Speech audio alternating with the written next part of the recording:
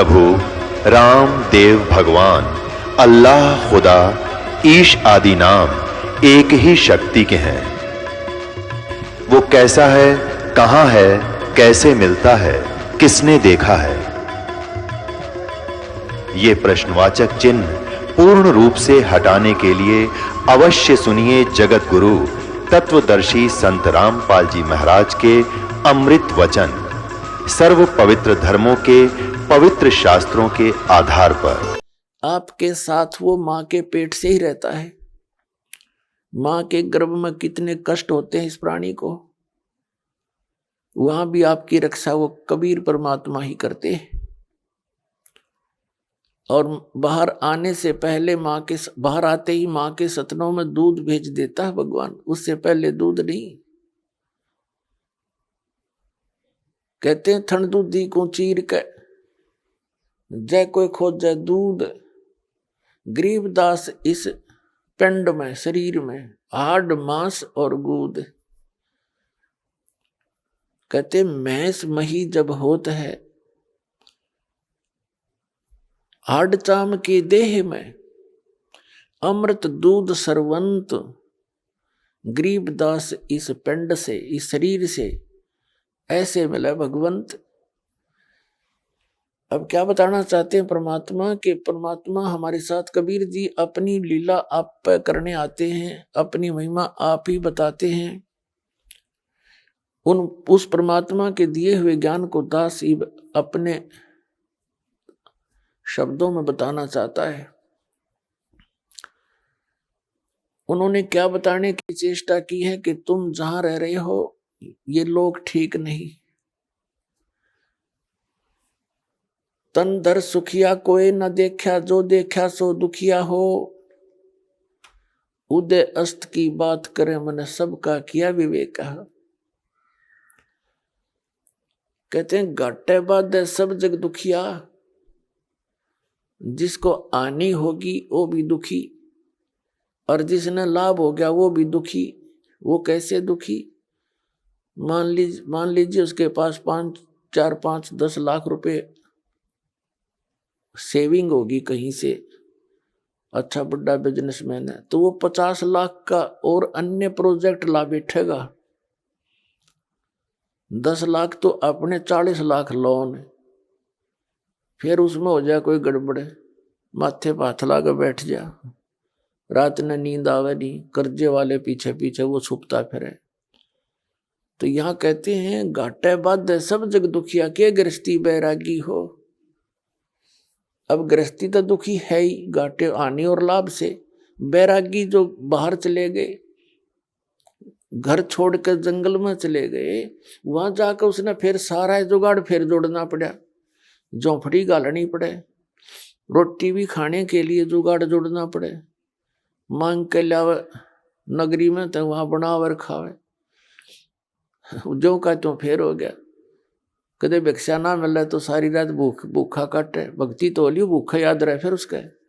तो परमात्मा कहते हैं इस मन की सारी उल्टी बाण है, उल्टी आदत है। अब ये साधना है जो दास ने आपको बताई, जो भगवान ने आके बताई। नाम उठत ना हम बैठत नाम सोवत खा जागबे, नाम खाते नाम पीते नाम सेती लागबे। ये साधना है। किसी भी सदग्रंथ में देख लो, महापुरुषों ने जिन्होंने भगवान पाया उनके इतिहास, उनकी वाणी में देखो, अपने दैनिक कार्य को करते हुए आप परमात्मा प्राप्ति कर सकते हैं। समय पर रोटी खाओ, समय पर आपको सारी व्यवस्था घर पे उपलब्ध होती है, भक्ति करो। जंगल में जाने से केवल वहां बैठ जाने मात्र से भक्ति परमात्मा प्राप्ति नहीं होती, इस सत्य भक्ति से परमात्मा प्राप्ति होगी। उसने चाहे जंगल में बैठ के कर लो चाहे घर में कर लो, ये साधना जो दास बता रहा इससे मोक्ष होगा। तो क्या बताते हैं परमात्मा के, जंगम दुखिया जोगी दुखिया, तपस्वी को दुख दूना हो और आशा तृष्णा सब में व्यापे, कोई मैल ना सुना हो। यानी सबके अंदर ये आशा तृष्णा घर किए हुए है। जैसे तपस्वी को दुख दूना क्यों होता है कि पहले तो सारा जीवन कष्ट उठावे, तपस्या कर करके शरीर के साथ संघर्ष करता है, अगले जन्म में वो राजा हो जाता है। तप से राज मदमानम जन्म तीसरे शुक्र समानम। पहले तो उसने भक्ति समय में, भक्ति काल के अंदर कष्ट उठाया, फिर राजा बन गया। राजा आप जी ने सुखी दिखाई देता, वो सपने में सुख नहीं राजा को। क्योंकि कबीर साहब कहते हैं झूठे सुख को सुख कहे, ये मान रहा मनमोद, ये सकल चबीना काल का, कुछ मुख में कुछ गोद। राजा को सुख नहीं है, या भूल मत करना। लेकिन हम अज्ञानता के कारण इन राजाओं के पीछे भागते रहे। ये आप भिखारी हैं, आपके आपसे टैक्स लेते हैं, जब ये ठाठ करते हैं और ये विष खाते हैं, ये आपसे टैक्स लेकर उसको बकवाद करते हैं। अगले जन्म में कहते शुक्र समानम, कुत्ते गधे और सुअर की योनि प्राप्त करता। वो तपस्वी राजा बना, राजा के अंदर अभिमान अहंकार होता है, ना जाने कितने जुल्म कर जाता है, और फिर वो अगले जन्म में गधे और कुत्ते की योनि में जाता है। क्या पाया इसमें? तो जो साधना ये दास आपको बताने जा रहा है, जो परमात्मा ने बताई है, उन महापुरुषों के अनुभव में भी यही लिखा पाया है, जिन्होंने परमात्मा सीधे आकर मिले थे। तो उसी साधना से आप जी का मोक्ष होगा। और कोई भक्ति विधि नहीं है इस पृथ्वी पे जिससे आप छुटकारा पा सके। छोटी मोटी राहत, स्वर्ग में चले गए, कुछ दिन रहे वहां, अपने पुण्य समाप्त किए, फिर नरक में जाना ही कंपलसरी है। यहाँ की ऐसी विधि है, परंपरा है।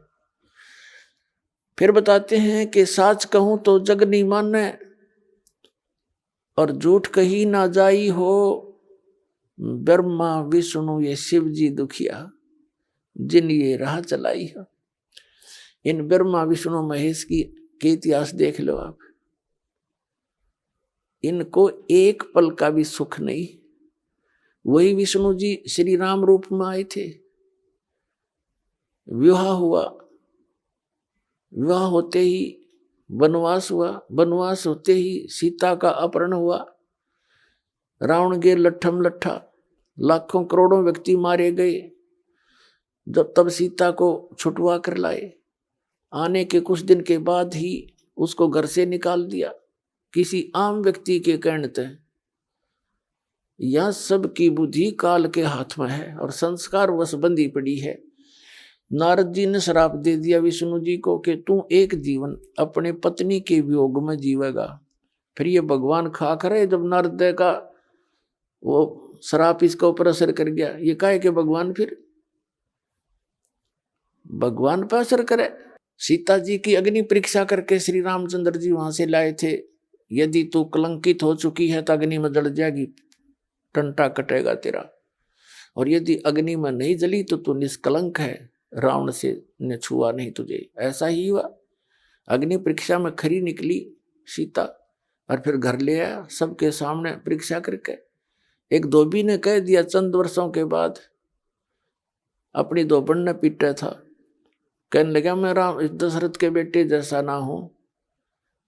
रामचंद्र का रावण के पास रही सीता, उसको घर पर रख रहा है। उसकी पत्नी 2 दिन घर से लड़कर बाहर चली गई थी अपने मायके, तो उसको कूट रहा था और कह रहा था कि मैं रामचंद्र जैसा ना हूं, दशरथ के बेटे कैसा। कि 10-12 वर्ष रावण की पास रही, फिर घर पर रख ली, जब भेज दूंगा तेरे घर पे। वह बात रामचंद्र जी ने सुन ली। इस बात पर सीता काट दी, लोग मेरी निंदा कर रहे हैं। संत कहते हैं लोक लाज ना कीजिए, निर्भय हो रही है। अपनी सच्चाई पर दृढ़ रहना चाहिए था। कहते जाओ, लोगों का क्या कहने का, जितनी मुंह उतनी बातें। तो क्या फैसला लिया उसने, अपनी गर्भवती पत्नी को घर से निकाल दिया और उस नाम पूज जाए। आप पर सुखी नहीं हो राम, जिसकी पत्नी बालक कहीं पर किसी ऋषि के यहाँ आश्रम में पल रही है और वो राजा बना बैठा है, सपने में भी सुख नहीं उस व्यक्ति को, चाहे कितनी बात बनावे। फिर वही श्री कृष्ण रूप में आए विष्णु जी, श्री कृष्ण जी का इतिहास देख लो, लट्ठम लट्ठा, जेल में जन्म हुआ, मामा शत्रु हो गया, कभी जरासिंह कभी शिशुपाल, रोज झगड़े रहे। इस उद्देश्य से उन्होंने मथुरा को त्याग कर एक बहुत कोने में जाकर समुद्र के बीच में टापू सेलेक्ट किया। इन दुष्टों के झगड़े से बचाव के लिए कहते हैं राड से बाढ़ अच्छी। वहां रहने लगे।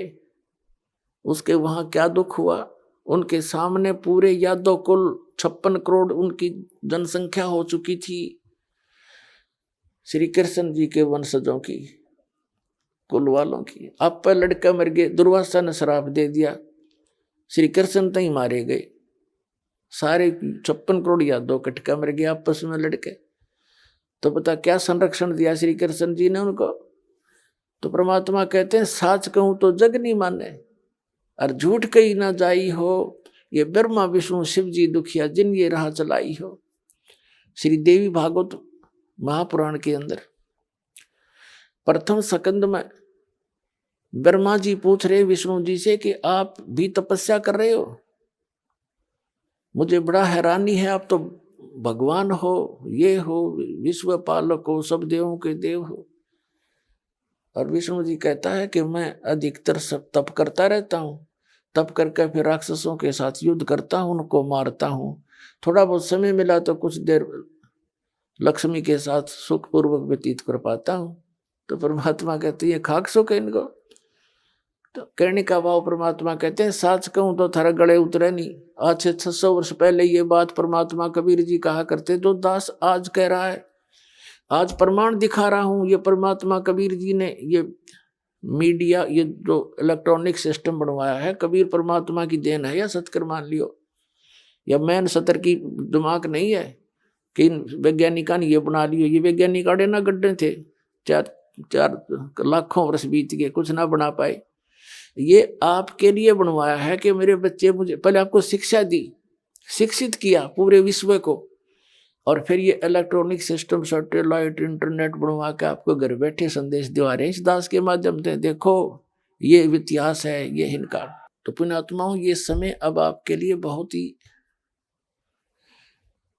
जो है गोल्डन चांस बताते हैं, वो है स्वर्ण समय है, ये स्वर्ण समय।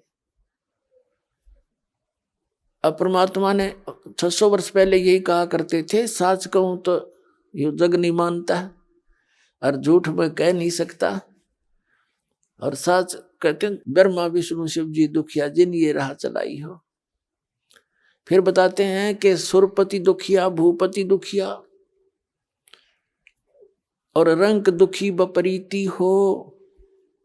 सुरपति यानी इंद्र का, स्वर्ग का राजा, देवताओं का मालिक सुरपति, उसका इतिहास देखो। इंद्र का दुर्वासा ने श्राप दे दिया, दुर्वासा ऋषि ने, इंद्र का राज खत्म हो गया, पता नहीं कहाँ जाकर जीवन व्यतीत किया, कभी राक्षसों के साथ झगड़े, लट्ठम लट्ठा, खाक जीवन है इनका ये। तो जो स्थान सुख का है उसको आप भूल ही चुके हो। हम स्वर्ग तक सीमित हो गए थे, हमारी बुद्धि की सीमा स्वर्ग तक स्थिर हो चुकी थी। अब परमात्मा ने बताया ये स्वर्ग तक तुम्हारा सबसे बड़ा शत्रु है, आपकी पूंजी का नाश करवाता है, और फिर वहां खत्म करके आपकी पूंजी को नरक में डाल दिया जाता है। तो सतलोक जाएंगे तब पीछा छूटेगा। क्या बताते हैं, सुरपति दुखिया, भूपति दुखिया, रंक दुखी बपरीति हो। अब निर्धन तो आप पे दुखी, स्वाभाविक दुख है उसको। तो कबीर साहब कहते हैं, कहे कबीर और सब दुखिया, एक संत सुखी मन जीती हो। आप इस ज्ञान को सुनकर आपने अपनी जो इच्छाएं हैं वो कम करनी पड़ेंगी।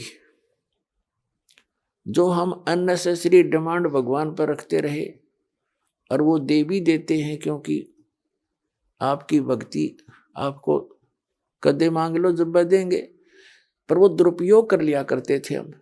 अब हम इतना ही मांगेंगे, कितना साईं इतना दीजियो जा में कुटुंब समावे, हम भी भूखे ना रहें कोई अतिथि ना भूखो जावे।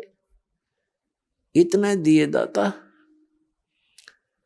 कि जिसमें कुटुंब समावे, रिक्वायरमेंट ऑफ द फैमिली, यानी हमारे परिवार की जो आवश्यकताएं हैं वो पूरी हो जाए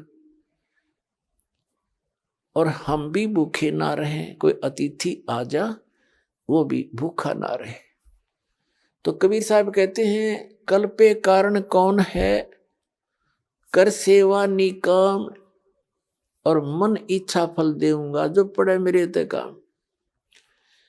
कबीर साहब कहते हैं तू ऐसे बेमतलब की कल्पनाएं, ये चिंताएं करने से कोई लाभ नहीं। मैं जो साधना विधि बताता हूं उस भक्ति को करो, ऐसे मर्यादा में रहो, अपना जीवन रूपी सफर इस भक्ति मार्ग पर तय करना प्रारंभ करो। फिर इस जीवन रूपी सफर में आपको जो भी कोई आपत्ति आवेगी, फिर मन इच्छा फल दूंगा जो पड़े मेरे ते काम, पड़े धनी से काम। आपको परमात्मा ने सब पता है कि किस चीज की आवश्यकता आपको शायद ना पता हो, उसको अवश्य पता है किस बच्चे को अब क्या आवश्यकता पड़ेगी, तो उससे पहले ही आपकी व्यवस्था कर देगा वो। कबीर साहब कहते हैं जो जन मेरी शरण है ताका हूं मैं दासे, गेल गेल लाग्या फिरूं हूं जब तक धरती आकाशे। पुण्यात्मा आप तो बिल्कुल बच्चे हो इस मार्ग में, ठीक है। जो काफी समय से इस दास के सत्संग सुन रहे हैं उनको बहुत ज्ञान हो चुका है, क्योंकि हम जैसे पहले अन्य उपासना किया करता था, ये दास जैसे श्री राम, श्री कृष्ण, शंकर भगवान, विष्णु भगवान, हनुमान जी, बाबा श्याम जी, इनकी पूजाएं करते थे, जैसा भी लोकवेद सुन रखा था। और उनके करते करते भी हमें बहुत से लाभ होया करते, और हम यही सोचा करते थे कि ये भगवान श्री कृष्ण, भगवान श्री राम, विष्णु, शंकर भगवान, हनुमान जी, श्याम जी, ये हमें ये सुख दे रहे हैं।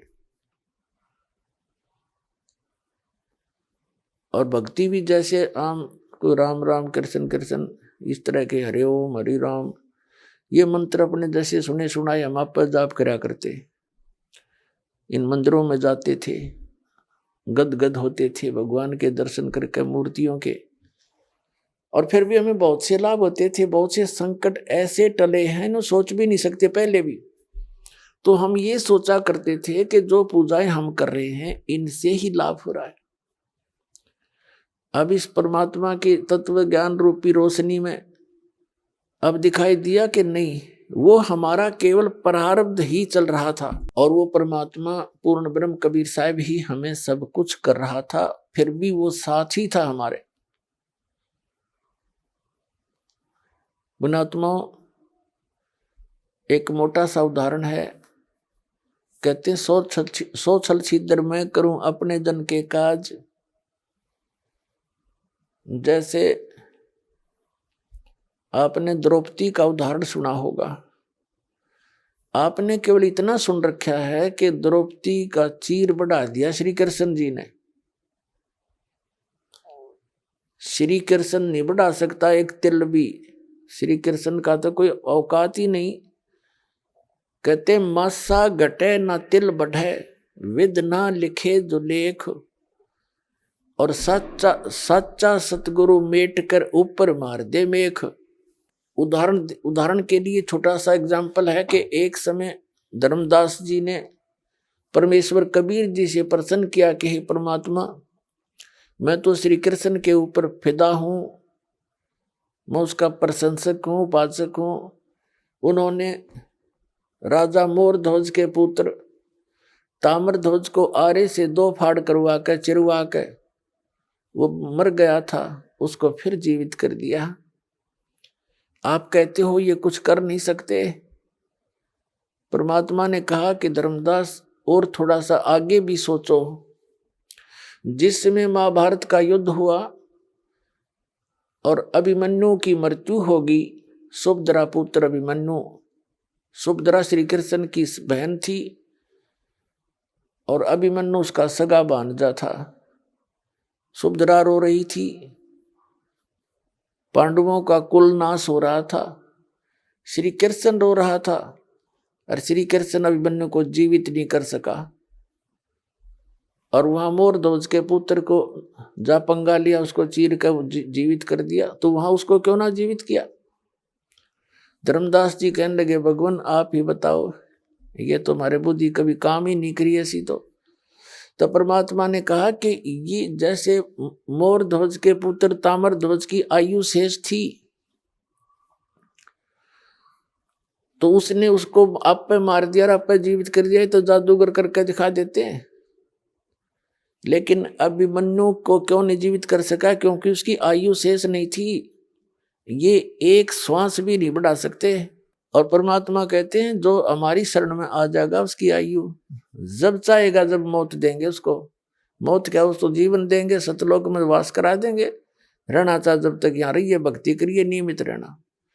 हम वो शक्ति हैं, कबीर साहब ने कहा धर्मदास को। तो पुण्यात्मा, जैसे श्रीमद् भगवद गीता अध्याय नंबर 15 के श्लोक नंबर 16-17 में 3 पुरुष बताए हैं, एक सरपुरुष, एक अक्षर पुरुष। सरपुरुष तो ये ब्रह्म है, 21 ब्रह्मांड का स्वामी है, बस इतना ही भगवान है, इतना ही प्रभु है यो। और अक्षर पुरुष यो 7 शंख ब्रह्मांड का, नील पद्म शंख, 7 शंख ब्रह्मांड का स्वामी है, इतना ही प्रभु है। और वो तीसरे नंबर का जो गीता अध्याय नंबर 8 के श्लोक नंबर 1 में अर्जुन ने पूछा कि आप जी ने 7वें अध्याय के 29वें श्लोक में जिस तत्ब्रह्म के बारे में जानकारी दी है, वो तत्ब्रह्म कौन है, क्या है, उसके बारे में 8वें अध्याय के 3 श्लोक में गीता जी में गीता ज्ञानदाता कहता है कि वो परम अक्षर ब्रह्म है। गीता ज्ञानदाता से अन्य है वो परम अक्षर ब्रह्म, वो पूर्ण परमात्मा, सत्य पुरुष, पूर्ण ब्रह्म, परम अक्षर पुरुष कहो, परम अक्षर ब्रह्म कहो। तो उसको तो यहाँ जो 15वें अध्याय के 17वें श्लोक में कहा है कि उत्तम पुरुष है तू अन्य। 16वें श्लोक में 2 पुरुष बता दिए, सरपुरुष और अक्षर पुरुष। और इनके अंतर्गत जितने भी प्राणी आते हैं वो सभी, ये भी इनके अंतर्गत जितने प्राणी वो सभी नाशवान हैं, लेकिन आत्मा किसी की नहीं मरती, वो तो विषय अलग है, गधे की बिना मरती होत है। फिर 15वें अध्याय के 17वें श्लोक में कहा कि उत्तम पुरुष है तू अन्य। वो श्रेष्ठ भगवान, उत्तम श्रेष्ठ पुरुष माने परमात्मा यानी परम अक्षर पुरुष, वो तो इन दोनों से अन्य है। और वही तीनों लोकों में प्रवेश करके सबका धारण पोषण करता है, वो अविनाशी परमात्मा। अब जैसे गीता अध्याय नंबर 15 के श्लोक नंबर 1 में बताया कि ऊर्ध्व मूलम अधः शाखम, ऊपर को जड़ वाला, नीचे को तीनों गुण रूपी शाखा वाला, ये उल्टा लटका हुआ संसार रूपी पीपल का वृक्ष जानो एक उदाहरण रूप में। तो जो जड़ है वो तो परम अक्षर ब्रह्म है। कबीर परमेश्वर जी ने स्वयं आकर अपनी जानकारी आप पर बताई। अक्षर पुरुष एक पेड़ है, निरंजन यानी सरपुरुष वा की डार, और तीनों देवा शाखा हैं ये पात रूप संसार। तो मूल कौन है वो ये दास बताएगा, वो परम अक्षर ब्रह्म है। अक्षर पुरुष तो तना है, समझो वृक्ष, जमीन से बाहर जो दिखाई देता है जितना भी, वो वृक्ष कहलाता है। तो वृक्ष के फिर भाग हैं, अलग अलग विभाग हैं। नीचे तना है वो तो अक्षर पुरुष समझो, फिर उससे एक मोटी डार निकली है वो सरपुरुष समझो, ये ज्योति निरंजन काल। उसकी 3 शाखाएं हों वृक्ष की, यानी रजगुण ब्रह्मा, सतगुण विष्णु, तमगुण शिवजी रूपी इसकी ब्रांच है। और पात रूप संसार, और जो जमीन के अंदर गुप्त है, प्रोक्ष है, वो जड़ है। और जड़ से ही सबको आहार मिलता है। पूरे पेड़ को जड़ से सी खुराक मिलती है, वही सबका धारण पोषण करने वाला है। तो गीता अध्याय नंबर 15 के श्लोक नंबर 17 में कहा कि उत्तम पुरुष तु अन्य परमात्मा इति उदाहरते। ये लोग तरम आविष्य विभर्ती, वो तीनों लोकों में प्रवेश करके सबका धारण पोषण वही करता है। वो वास्तव में अविनाशी परमात्मा है। तो पुण्यात्मा, ये एग्जाम्पल बहुत गजब का है। उल्टे लटके हुए संसार रूपी वृक्ष का जड़ से ही पूरे विश्व को, यानी पूर्ण परमात्मा से ही पूरे विश्व को सब कुछ मिल रहा है। जो भी आपका वर्क डन है वो भी वहीं से मिल रहा है। अब जैसे कोई नौकरी करता है गवर्नमेंट की, वहां उसने दिहाड़ी करी, उसकी तनख्वाह बनी, कैशियर के पास आ गई, ट्रेजरी में आ गई, उसने दे दी उठा के, आपका वर्क डन था। अगर आपने नौकरी ना कर रखी हो, हाजिरी ना लग रही हो, तो कैशियर ना दे चवन्नी, तो ये भगवान तो कैशियर समझ लो, ब्रह्मा विष्णु महेश्वर उस परम पिता के। अब जैसे द्रौपदी का उदाहरण आपने सुना, परमात्मा जानी जान है, उसको पता है मेरे बच्चों पर कहाँ आपत्ति ये काल डाल देगा। ये तो समझ नहीं पा रहे, बालक हैं। परमात्मा ने ऐसी लीला करी, द्रौपदी प्रतिदिन स्नान करने के लिए, जब वो कंवारी थी अपने पिता के घर पे थी, स्नान करने के लिए गंगा पर जाया करती थी। वहां उसके पिता द्रौपद ने, राजा द्रौपद ने एक घाट बनवा रखा था, लेडीज घाट, स्नान के लिए अलग से व्यवस्था करके। एक अंधा महात्मा, पुण्यात्मा आपके बहुत देर तक समझ में आओगे परमात्मा आपके लिए कैसे भटक रहा है। और हम तब बालक हैं, या कोई नशा कर रहा है, उसको उसके लेखे कोई घूमे जाओ उसके आसपास, उसको पता ही नहीं। तो काल की भांग पी रखी हमने। कबीर साहब कहते हैं, कबीर ये माया अटपटी और सब गट आण अड़ी, किस किस न समझाऊं या कुआ भांग पड़ी। एक एक ने समझाना पड़ता है, जब जाकर 3 महीना में नशा उतरा इस ज्ञान को सुनने पीछे। करो सचमुच, या तो बात तो कुछ और है। तो इतना गहरा नशा करवा रखा अज्ञान का आपके, इसके इस झूठे सुख में आसक्त फिरे पड़े कार और कोठिया में। कल मृत्यु हो जाए फिर गधा बन के वहां कुमार के नीचे लट्ठा तले, वो भूल गए, वो याद देना आती मारे। अब याद आवेगी आपको, रात में भी नींद नहीं आवेगी। जो जिनकी आत्मा जाग जाएगी, ये सत्कर मान लेना, बकवाद नहीं बहाऊंगी फिर आपको।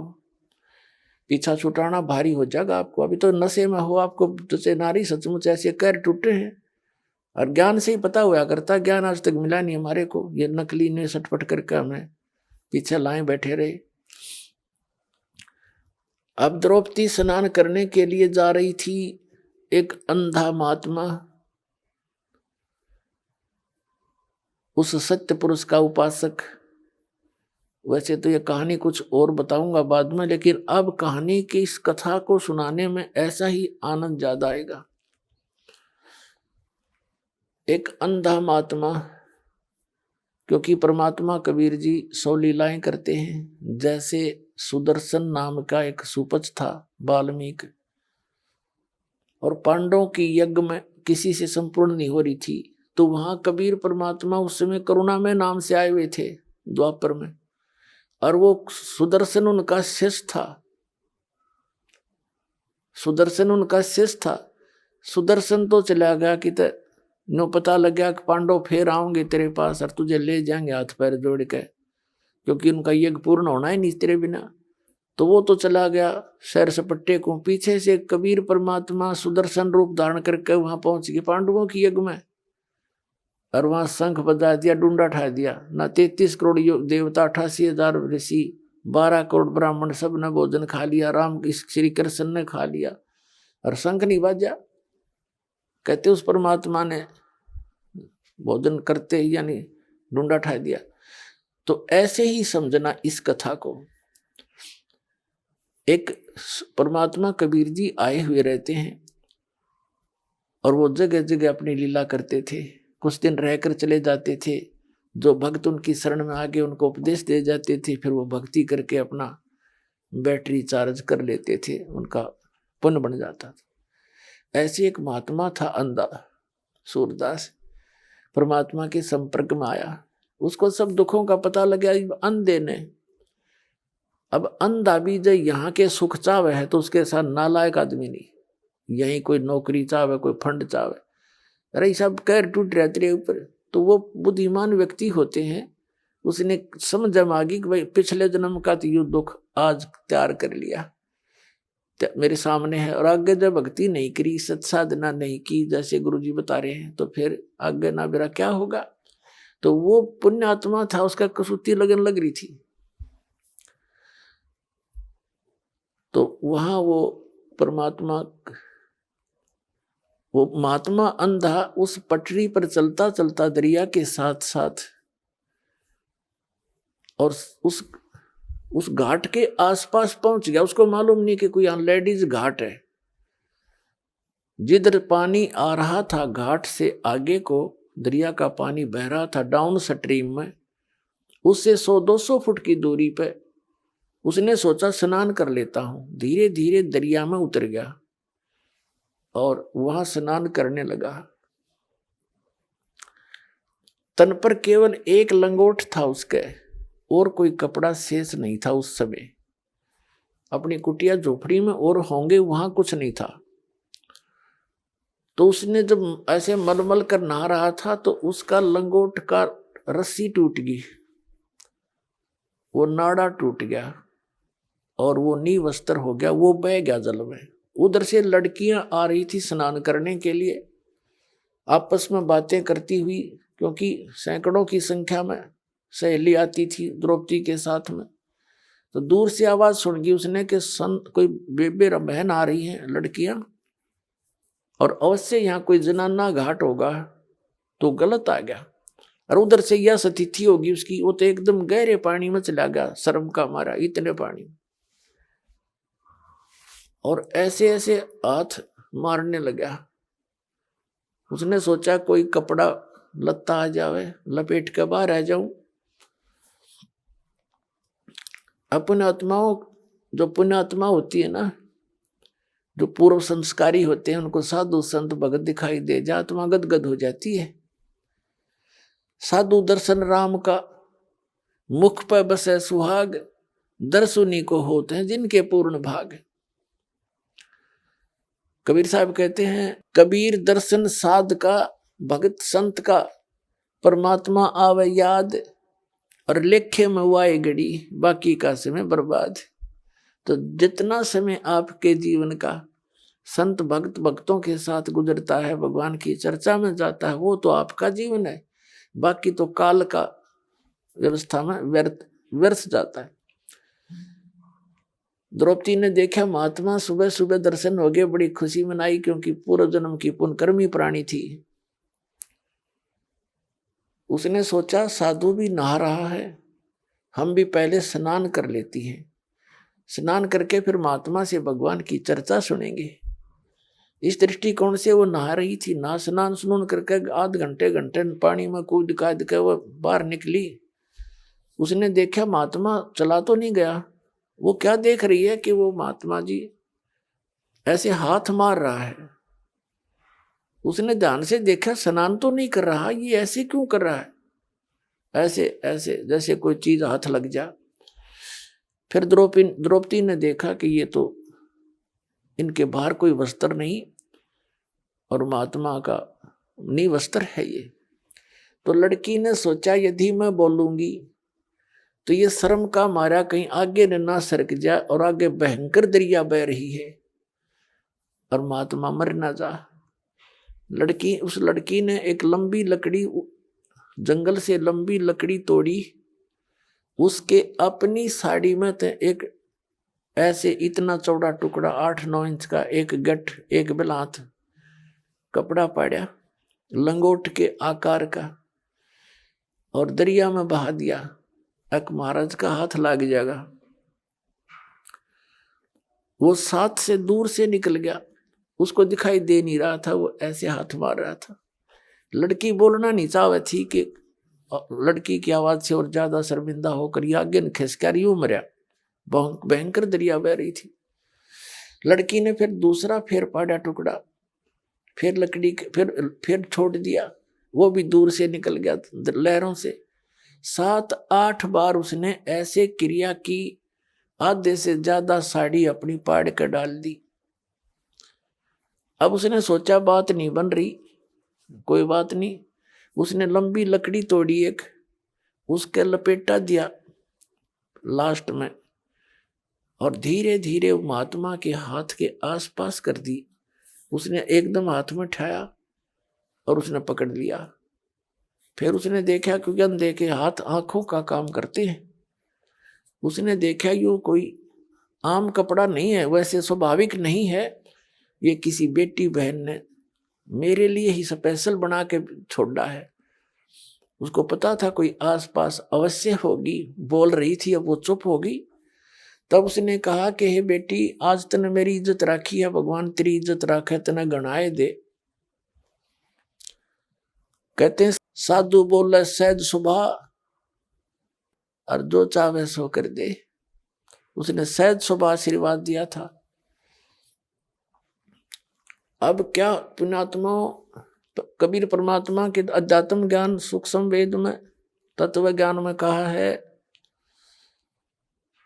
कि बैराग नाम है त्याग का 5/25वां। जैसे लोभ, मोह, ये अहंकार, काम, क्रोध जो तुम्हारे 5 हैं, इनको त्यागना तो बड़ा डिफिकल्ट है आपके लिए, क्योंकि ये तो ब्रह्मा विष्णु महेश भी इसके त्यागने में फेल हो गए। तो परमात्मा ने इनकी दिशा बदलने का संकेत दिया है, विधि बताई है कि लोभ करे तो यूं करे, ऐसा करे, लालच करे तो ऐसा करे। जैसे द्रौपदी के साथ कई कई नौकरानियां भी साथ थी, और द्रौपदी अपनी नौकरानियों को कह सकती थी कि इस महात्मा के लिए तुम साड़ी पाड़ कर डाल दो। वो सारी की सारी साड़ी भी डाल सकती थी, क्योंकि पता है राजा की लड़की जाते 10 देवगी हमारे को एक के स्थान पर। लेकिन द्रौपदी को पता था कि मैं रोटी खाऊंगी मेरा पेट भरेगा, मैं कोई दान धर्म करूंगी तो मुझे मिलेगा। तो उसने दूसरे को चांस नहीं दिया, इतनी विवेक था उसके अंदर। अपना आप क्रेडिट लिया उसका। अपनी साड़ी, राजा की लड़की की साड़ी कितनी सुंदर होगी, विचार करके देख लो। हम भी अपने बेटा और बेटियों को अपनी आवश्यकता से अधिक सुंदर कपड़े पहनाने की चेष्टा करते हैं, कीमती से कीमती, आपसे हम खद्दर का पहरे। राजा की लड़की कैसा साड़ी पहन के गई होगी, कितनी कीमत होगी, पर उस लड़की ने एक नहीं देखा। उसने महात्मा दिखाई देता कि इसका संकट निवारण हो किसी तरह। तो इसको कहते हैं लालच करे तो ऐसा करे, इधर बदल लो इस सारे ने। और जैसे गुस्सा उठे तो माला ले ले हाथ में, अगले मन देखा तो किसा ताकतवर है, सुमन कर कितना करेगा, 2 मिनट में सेट हो जाएगी गुस्सा फिर।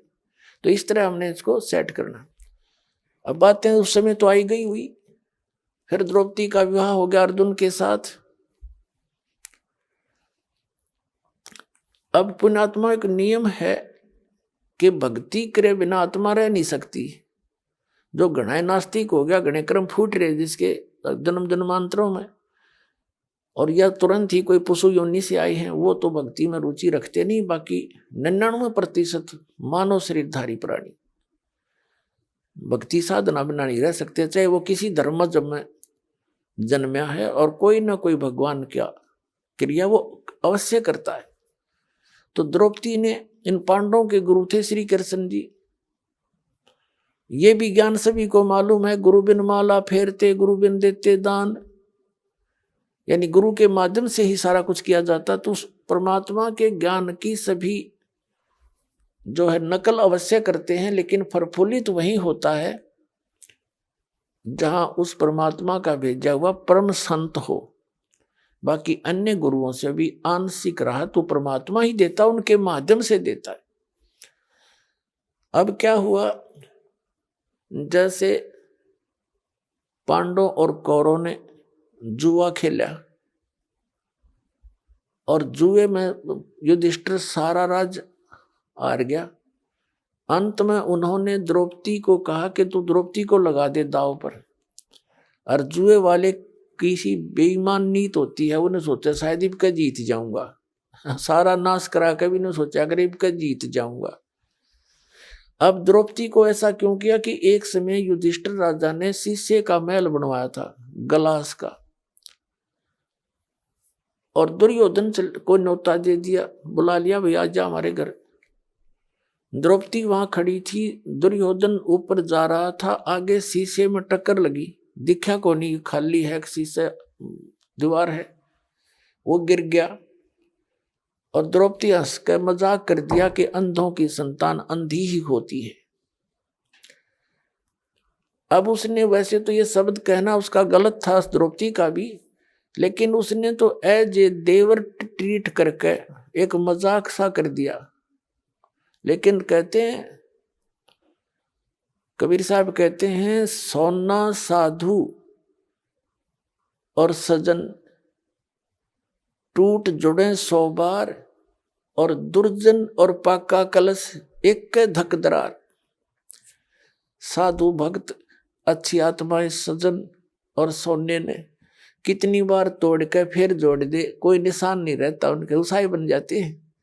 झगड़ा हो जाए 10 मिनट में फिर उसे हो जाते हैं। साधु संत घनी ईर्षा नहीं करते, मन में रंजस नहीं रखा करते। लेकिन कहते हैं दुर्जन, जो निकम्मा इंसान, और पक्का कलश, पक्का घड़ा, एक का धक दरार, एक के धक्के में उसमें इतनी ऐसी दरार आ जाती है फिर उसका चिन्ह नहीं मिटता। तो वो दुर्जन था दुर्योधन, उसने उस बात को अपने हृदय में घना खटक मान ली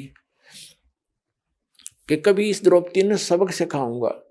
उसी दृष्टिकोण से युधिष्ठिर ने से कहा दुर्योधन ने कि द्रौपदी ने लगा दे दाव पे। युधिष्ठिर ने सोचा शायद बात बन जा, वो द्रौपदी भी लगा दी, फिर भी हार गया। अब बड़ी सभा के अंदर दुर्योधन ने कहा कि जाओ दुशासन, लाओ द्रौपदी को पकड़कर। अब उसी समय एक बांदी ने जाकर, नौकरानी ने जाके द्रौपदी से कहा कि द्रौपदी बात बिगड़ गई। द्रौपदी ने कहा क्या बात होगी? कि आपको जुए में हरा दिया राजा ने, और सब राजपाट हार गए हुए। और दुर्योधन ने कहा है कि उस द्रौपदी को लाओ पकड़ के, या नंगी करूंगा सबके सामने। तो द्रौपदी कहने लगी और कौन है वहां पर? कि 5 तेरे पति बैठे हैं पांडव, और द्रोणाचार्य गुरुजी बैठे हैं, धृतराष्ट्र जी, वो भीष्म पितामह कर्ण, और चाचा विदुर वही विराजमान है। 101 वो पांडव बैठे हैं। द्रौपदी बोली क्या कह रहा था दुर्योधन? वो कह रहा है कि द्रौपदी को लाओ पकड़ के, सभा में नंगी करूंगा उसको।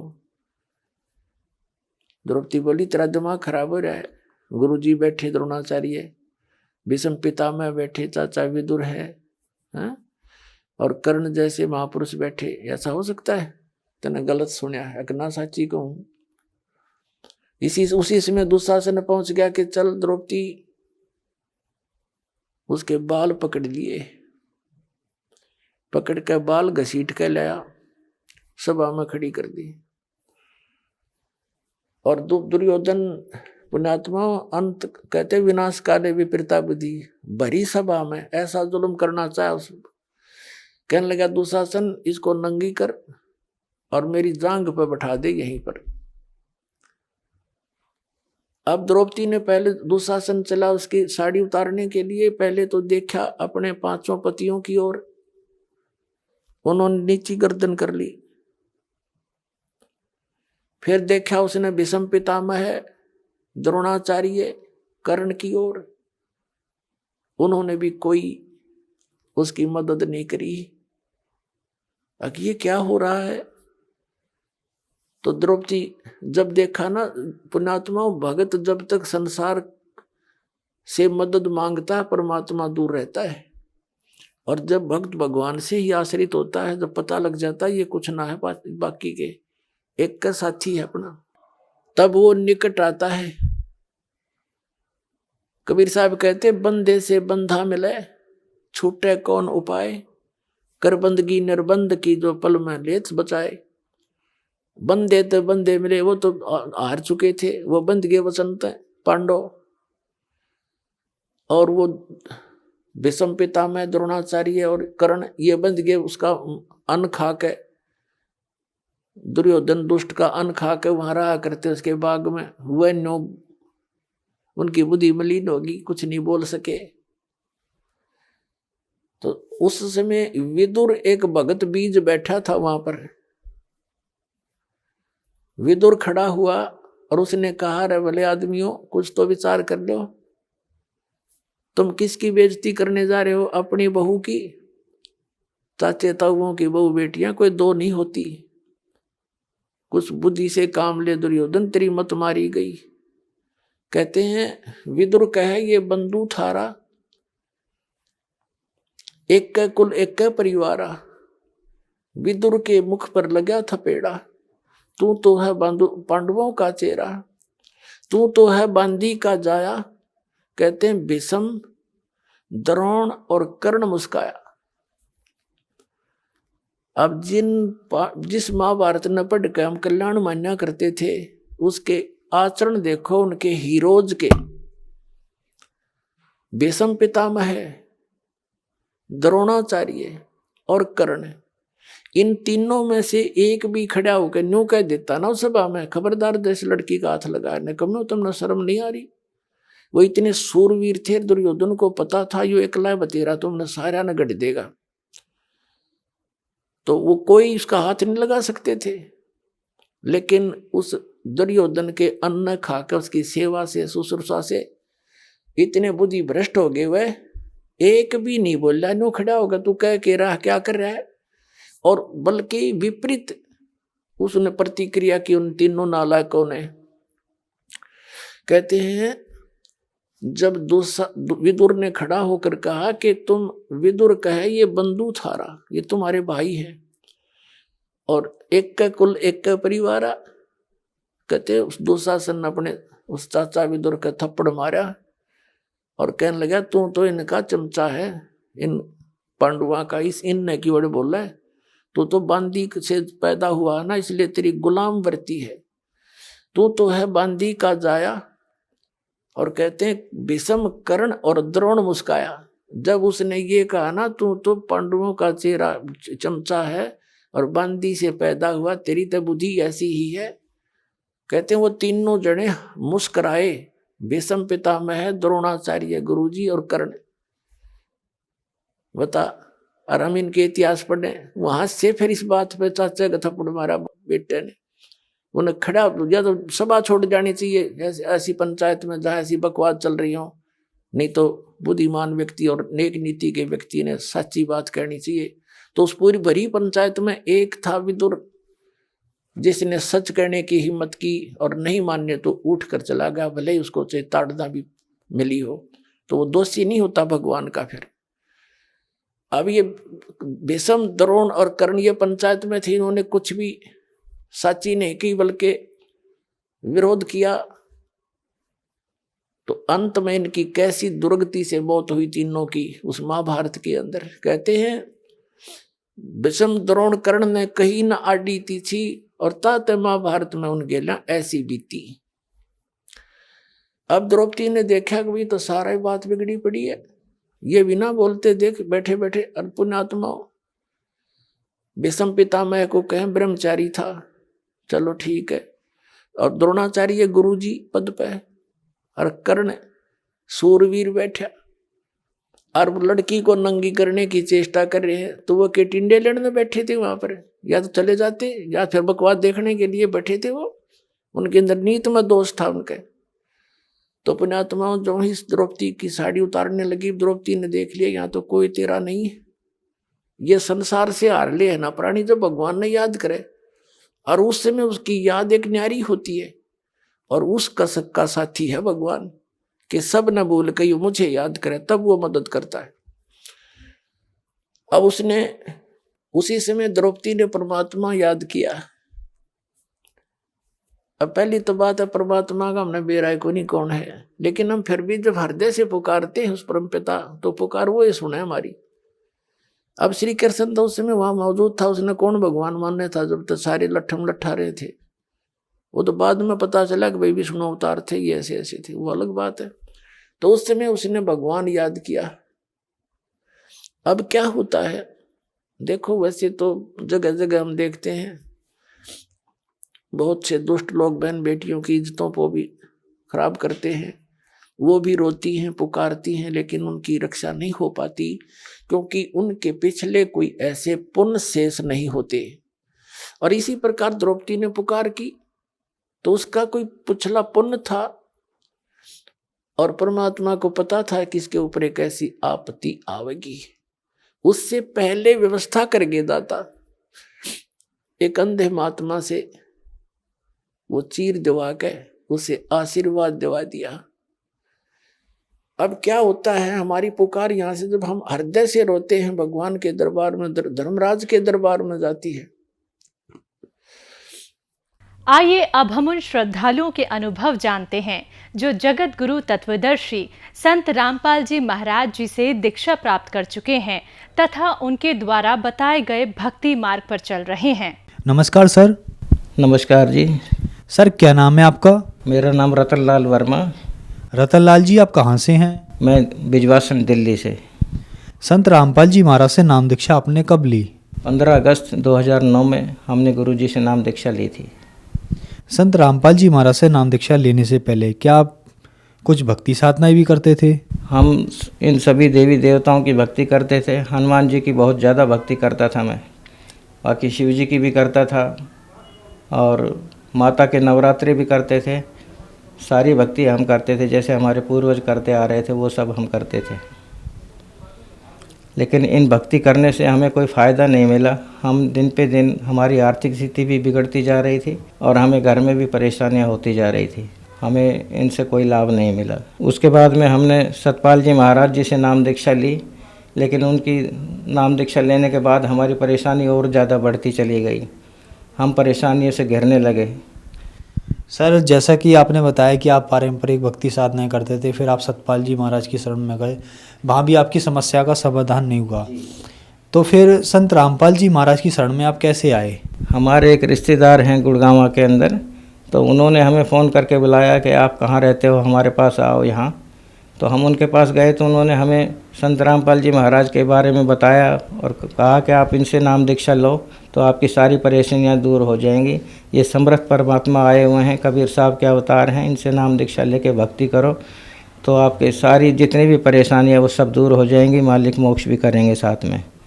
तो हमने उनको कहा कि आप हमें लेके चलो, तो वो हमें लेकर के गए। 15 अगस्त 2009 को बरवाड़ा लेके गए। वहाँ हमने संत रामपाल जी महाराज जी से नाम दीक्षा ली। सर संत रामपाल जी महाराज से नाम दीक्षा लेने के बाद क्या आपको लाभ भी मिले? संत रामपाल जी महाराज जी से नाम दीक्षा लेने के बाद हमें फ़ायदे तो बहुत हुए हैं। इतने फ़ायदे कि हम कुछ कह नहीं सकते, इतने ज़्यादा हमें फ़ायदे हुए हैं। हमारी रीढ़ की हड्डी ख़राब हो गई थी, उसके अंदर गैप हो गया था, तो डॉक्टरों ने मना कर दिया था कि इसका कोई इलाज नहीं है। और हमारे फेफड़े अंदर झुकते चले गए थे, तो डॉक्टर ने कहा कि आप बच्चों की शादी कर रखे हो। मैंने कहा हमने अभी शादी कुछ नहीं करी है। तो बोला आप ज़्यादा दिन के मेहमान नहीं हैं, आपके जो फेफड़े सिकुड़ते जा रहे हैं, आपको सांस लेने में तकलीफ़ होने लगी है, हमें सांस में झटके से लगते थे। तो उन्होंने कहा कि हमने कहा कि ऑपरेशन कर दो। बोला आपका इस उम्र में कोई ऑपरेशन भी नहीं है, आप ये पानी के अंदर तैरिए मोधे लेट करके।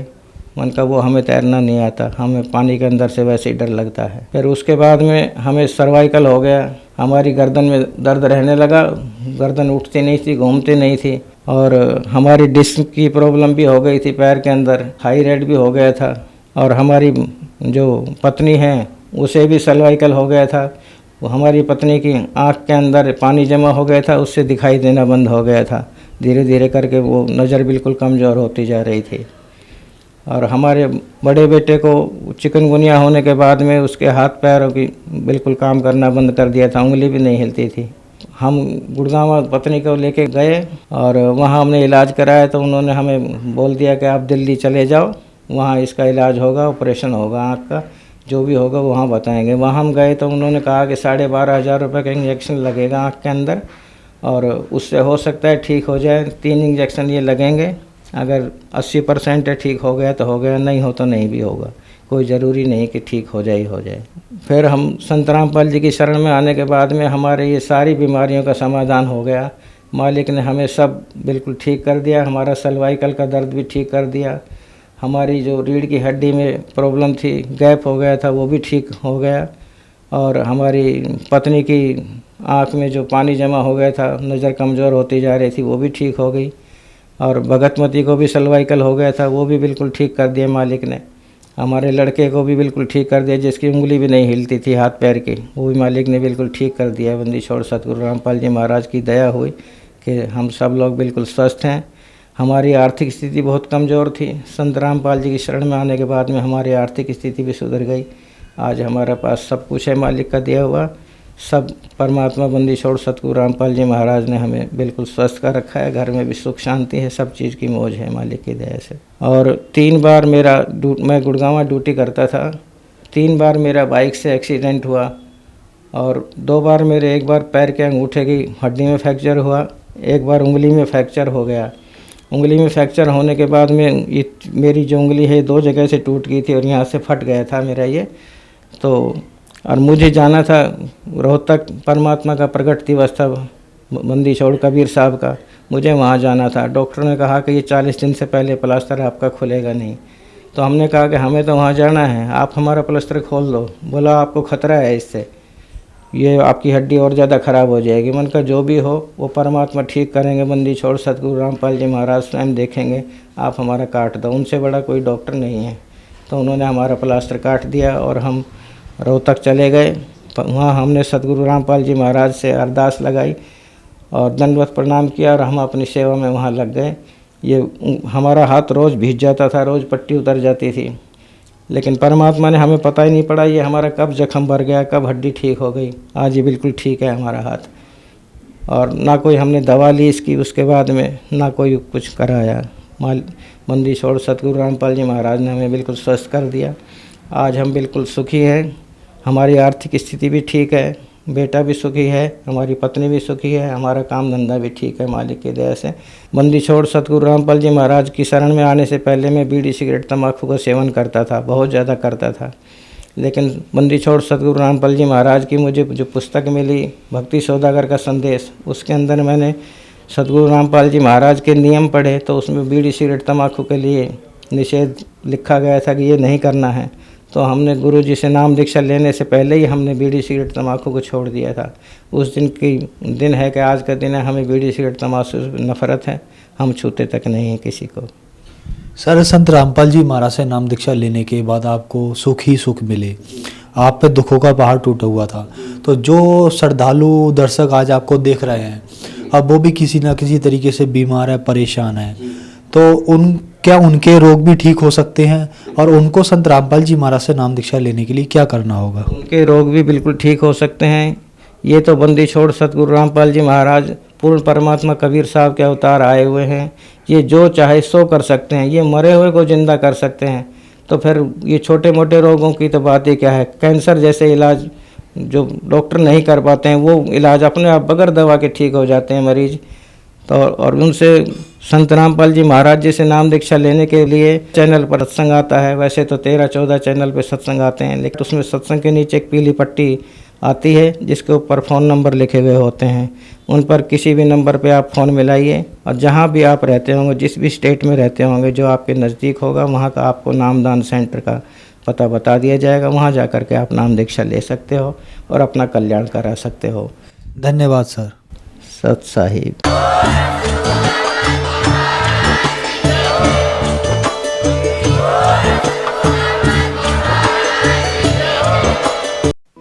आप सुन रहे थे जगत गुरु तत्वदर्शी संत रामपाल जी महाराज के मंगल प्रवचन। अधिक जानकारी के लिए संपर्क करें।